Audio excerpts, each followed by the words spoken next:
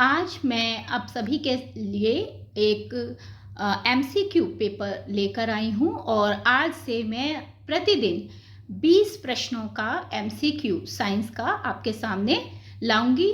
Board exam 2024 की तैयारी हम सभी को मिलकर करनी है और उसके लिए मैंने क्लास 10th की जो एनसीईआरटी बुक होती है उसके साइंस के एमसीक्यूज़ जो है वो बनाए हैं। आज का जो हमारा चैप्टर है वो है लाइफ प्रोसेस, जैव प्रक्रम। ये सभी प्रश्न हिंदी माध्यम के विद्यार्थियों के लिए बनाए गए हैं, चाहे वे सीबीएसई माध्यम से हैं, चाहे वे यूपी बोर्ड से हैं, सभी इसका प्रयोग कर सकते हैं। तो चलिए शुरू करते हैं। हमारा पहला प्रश्न है, प्रोटीन का पाचक एंजाइम है, तो प्रोटीन को कौन पचने में मदद करता है? तो वो है हमारा पेप्सिन एंजाइम। ठीक है, एमाइलेज, टाइलिन, माल्टेज और पेप्सिन में से कौन सा एंजाइम है जो प्रोटीन का पाचन करता है? तो वो है हमारा पेप्सिन एंजाइम। ठीक है, द्वितीय प्रश्न आपका जो दूसरा प्रश्न है वो है, ट्रिप्सिन निम्नलिखित में से किसके पाचन में सहायक है? Number 1 option carbohydrate, protein, number C वसा या प्रोटीन तथा वसा। तो ट्रिप्सिन कहाँ निकलता है? अग्नाशय में निकलता है और किसका पाचन करता है? प्रोटीन का पाचन करता है। ठीक है, इसके बाद हमारा तीसरा प्रश्न आता है, मंड का पाचन करने वाला एंजाइम है। ऑप्शंस हैं एमाइलेज, पेप्सिन, रेनिन, ट्रिप्सिन। तो मंड आप सभी जानते हैं, कार्बोहाइड्रेट को हम मंड कहते हैं और कार्बोहाइड्रेट यानी मंड का जो पाचन है, शर्करा का जो पाचन है, वो कौन सा एंजाइम करता है? एमाइलेज एंजाइम करता है। ठीक है, उसके बाद हमारा चौथा प्रश्न आता है, जठर रस का स्त्रावन करता है। तो जठर रस का स्त्रावन कौन करता है? ऑप्शंस हैं लार ग्रंथियां, आमाशय, पित्ताशय और यकृत। इनमें से कौन है जो जठर रस का स्त्रावन करता है? तो आप सभी को पता है कि जठर ग्रंथियां कहाँ पाई जाती हैं? आमाशय में पाई जाती हैं, इसलिए जठर रस का स्त्रावन कौन करता है?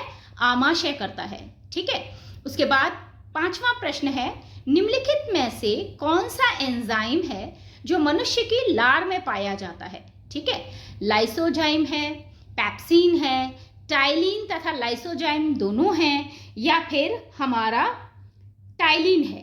ठीक है, तो इसका सही उत्तर कौन सा है? आप सभी को पता है कि मनुष्य की लार में टाइलिन नाम का एंजाइम पाया जाता है और ये क्या करता है? शर्करा का पाचन करता है।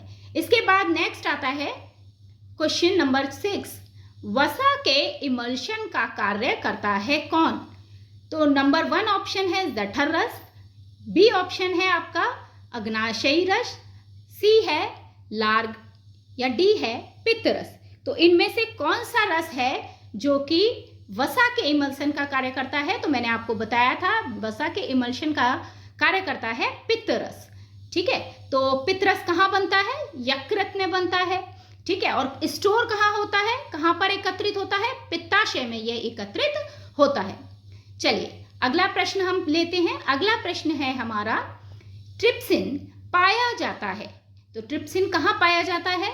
नंबर 1 ऑप्शन नंबर ए है आपका जठर रस में पाया जाता है, बी अग्नाशय रस में पाया जाता है, सी पित्त रस में पाया जाता है, या डी टाइलिन में पाया जाता है। तो इनमें से सही ऑप्शन कौन सा होगा हमारा? इनमें से सही ऑप्शन है अग्नाशय रस में पाया जाता है। ट्रिप्सिन एंजाइम कहाँ पाया जाता है? अग्नाशय रस में पाया जाता है। और ट्रिप्सिन कार्य कहाँ पर करता है ये भी मैंने आपको बताया था। ट्रिप्सिन रस जो है, ये ट्रिप्सिन एंजाइम जो है, ये प्रोटीन का पाचन करता है और गृहिणी में ये पित्त रस के साथ मिलता है और आमाशय से जो पचा हुआ अधपचा भोजन है उसमें ये प्रोटीन का पाचन करने में मदद करता है। ठीक है, उसके बाद हमारा नेक्स्ट क्वेश्चन आता है, क्वेश्चन नंबर 8। क्वेश्चन नंबर 8 है, एंजाइम रेनिन स्त्रावित होता है। ठीक है, तो एंजाइम रेनिन कहाँ स्त्रावित होता है? नंबर 1 जठर रस में, बी लार में, सी अग्नाशयी रस में, या डी आंत्रयी रस में। तो कहाँ पर एंजाइम रेनिन हमारा जो है वो स्त्रावित होता है? तो रेनिन एंजाइम स्त्रावित होता है जठर रस में। ठीक है, कहाँ स्त्रावित होता है?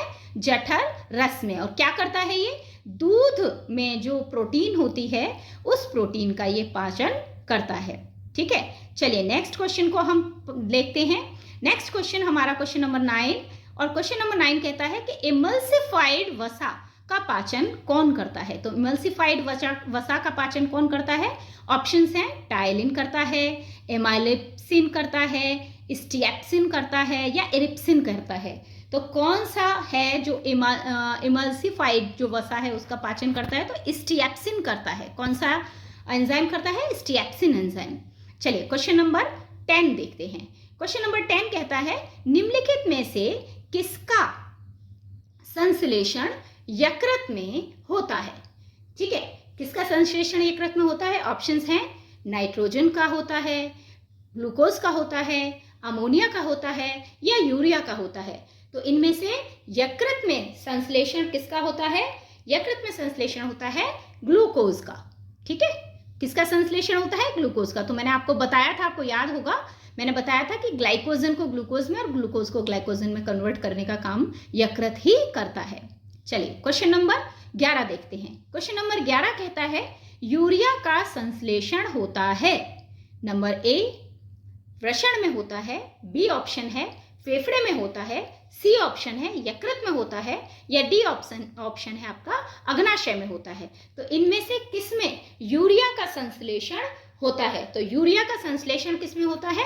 यकृत में होता है। ठीक है, चलिए नेक्स्ट क्वेश्चन को आगे देखते हैं हम लोग। क्वेश्चन नंबर 12, 12वें नंबर का ये क्वेश्चन है आपका, वृक्कों का क्या कार्य है? ठीक है, तो हमने वृक्क भी पढ़ चुके हैं हम, तो वृक्कों का क्या कार्य होता है? चलिए ऑप्शंस देखते हैं। ए श्वसन का कार्य है, बी निःश्वसन का कार्य है, सी उत्सर्जन का कार्य है, या फिर डी पाचन का कार्य है। तो इनमें से कौन सा ऑप्शन सही है हमारा?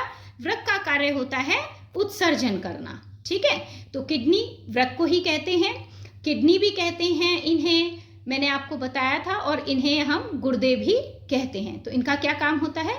रक्त का शोधन करना, और रक्त का शोधन करने के बाद इस जो भी हमारे उत्सर्जित पदार्थ हैं, जो कि हानिकारक पदार्थ हैं, उनको शरीर से बाहर निकालना। ठीक है, चलिए 13वां प्रश्न, विलियम हार्वे किसकी खोज के लिए प्रसिद्ध हैं? ठीक है, विलियम हार्वे ने कौन सी ऐसी खोज की थी जिसके लिए वे प्रसिद्ध हैं? नंबर ए क्या उन्होंने हृदय की खोज की थी, बी स्पंदन, सी पाचन की खोज की, डी या रक्त परिसंचरण की खोज की। तो विलियम हार्वे जो प्रसिद्ध हैं वो हैं, उन्होंने रक्त परिसंचरण किस प्रकार होता है इसका पता लगाया था। ठीक है, विलियम हार्वे की जो खोज है वो है कि हृदय से किस प्रकार रक्त का परिसंचरण होता है, ये उन्होंने समझाने का प्रयास किया, समझाया था। चलिए 14वें प्रश्न को देखते हैं। निम्नलिखित में से कौन पूरे शरीर को रक्त की आपूर्ति हृदय से करता है? ए पेशियां, बी धमनियां, सी तंत्रिकाएं, डी शिराएं। तो कौन करता है इनमें से शरीर को रक्त की आपूर्ति हृदय से? तो याद होगा मैंने आपको बताया था कि हृदय से अंगों की तरफ रक्त को कौन ले जाता है? धमनियां ले जाती हैं। तो यहाँ सही ऑप्शन को होगा आपका धमनियां। शिराएं क्या करती हैं? शिराएं हमारी जो भी हमारा अशुद्ध रक्त है उस अशुद्ध रक्त को अंगों से हृदय की ओर लाती हैं। ठीक है, तो यहाँ पर हमारा जो है ये ऑप्शन सही जो होगा धमनियां, यानी कि बी ऑप्शन सही होगा। चलिए अब 15वें प्रश्न की तरफ चलते हैं हम लोग। 15वां प्रश्न है, आयतन के आधार पर रक्त में प्लाज्मा की मात्रा होती है। ऑप्शंस हैं अग्नाशय में, बी यकृत में, सी वृक्क में, डी आमाशय में। तो इनमें से किसमें प्लाज्मा की मात्रा आयतन के आधार पर होती है? तो इसका सही उत्तर है आमाशय।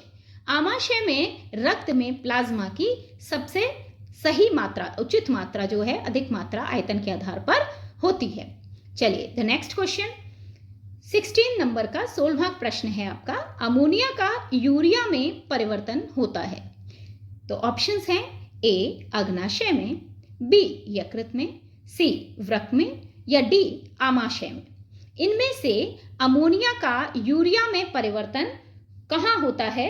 तो यूरिया में परिवर्तन आपको मैं पहले भी बता चुकी हूँ, ये यकृत में होता है। अमोनिया को यूरिया में बदल करके यकृत जो हमारे वृक्क हैं, किडनी हैं, उनकी मदद से बाहर निकालने में मदद करता है और ये यूरिन के फॉर्म में बाहर निकल जाता है। ठीक है, तो ये हमारा हो गया अमोनिया का यूरिया में परिवर्तन कैसे होता है, कहाँ होता है। ठीक है, 17वां प्रश्न है, रुधिर बना हुआ होता है। रुधिर किसका बना हुआ होता है? तो ऑप्शंस हैं हमारे, कोलाइडी कणों का, बी रुधिर कोशिकाओं का, सी प्लाज्मा का, डी रुधिर कोशिकाओं एवं प्लाज्मा का। इनमें से किसका बना हुआ है हमारा रुधिर? तो रुधिर बना हुआ है हमारा किसका? मेनली प्लाज्मा का। ठीक है, रुधिर जो मेनली बना हुआ है वो हमारा प्लाज्मा का बना हुआ है। इसके अंदर फिर हमारी रुधिर कोशिकाएं भी शामिल होती हैं। ठीक है, चलिए नेक्स्ट क्वेश्चन को आगे बढ़ते हैं हम लोग। नेक्स्ट क्वेश्चन आता है हमारा, रक्त का लाल रंग किसकी उपस्थिति के कारण होता है? तो आपको सभी को वैसे तो पता है, फिर भी ऑप्शंस देखते हैं। हीम, न्यूक्लिक अम्ल, सी विटामिन सी, पोटेशियम। तो इनमें से सही ऑप्शन कौन सा होगा? तो आप सभी को पता है कि लाल रंग लाल रुधिर कणिकाओं के कारण होता है, और लाल रुधिर कणिकाओं में कौन सी प्रोटीन पाई जाती है? हीमोग्लोबिन। यानी हीम नाम की जो पदार्थ है उसके कारण हीमोग्लोबिन का रंग लाल होता है, और उसी के कारण लाल रुधिर कणिकाओं का रंग लाल होता है। ठीक है भाई, चलिए नेक्स्ट क्वेश्चन देखते हैं। 19वां प्रश्न, रक्त का तरल भाग है ए प्लाज्मा, बी रुधिर कणिका, सी हीमोग्लोबिन, डी लिम्फोसाइट। तो इनमें से रक्त का तरल भाग कौन सा है? तो रक्त का तरल भाग है प्लाज्मा। ठीक है, याद होगा मैंने आपको बताया था प्लाज्मा में 90% जो है वो पानी होता है और 10% में खनिज लवण और रुधिर कणिकाएं मिक्स रहते हैं। रक्त का तरल भाग होता है प्लाज्मा। चलिए अब इस जो वीडियो है इसका लास्ट प्रश्न, हम 20वां प्रश्न देखते हैं कि निम्नलिखित में से तरल ऊतक कौन है? ठीक है, क्या लसिका तरल ऊतक है, प्लाज्मा तरल ऊतक है, एरियोलर जो संयोजी ऊतक होते हैं क्या वो तरल ऊतक हैं, या इनमें से कोई नहीं? तो वास्तविकता में इनमें से जो तरल ऊतक अगर हम बात करते हैं तो ऊतक कोई नहीं आएगा, इनमें से कोई नहीं, क्योंकि जो मेनली हमारा ऊतक होता है वो होता है हमारा रुधिर, तरल ऊतक जिसको हम तरल संयोजी ऊतक भी कहते हैं, तो उसके अंतर्गत आता है हमारा रुधिर। ठीक है, तो यहाँ हमारे 20 प्रश्न पूरे हो रहे हैं।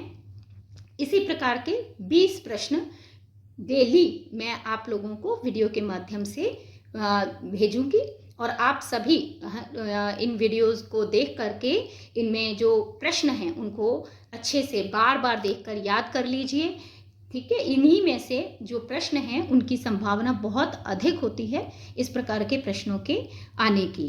तो यदि आप इस तरह के प्रश्नों को बहुत अच्छे ढंग से तैयार कर लेते हैं तो आपके 20 नंबर जो बहुविकल्पीय प्रश्नों के होते हैं वो आपको निश्चित रूप से पूरे अंक प्राप्त होंगे, और बोर्ड एग्जाम में इनसे काफ़ी मदद आपको मिलेगी।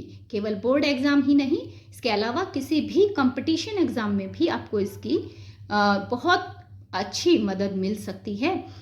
और क्योंकि ये वीडियो रोज़ मैं भेजूंगी तो आप सभी इस जो चैनल है इसको सब्सक्राइब कर सकते हैं, इसको बेल आइकन दबा लेंगे तो इससे नोटिफिकेशन मेरा आ जाएगा। जैसे कभी कभी मैं अगर नहीं इसको शेयर कर पाती हूँ तो आपके पास नोटिफिकेशन आ जाएगा कि ये मैं डाल चुकी हूँ, तो आप उससे भी इसको देख सकते हैं। ठीक है, तो ये हो गया हमारा पूरा आज का जैव प्रक्रम पे 20 प्रश्न।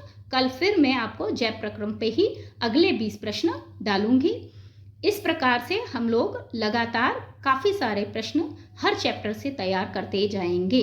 ठीक है, तो आज के लिए बाय बाय, राधे राधे।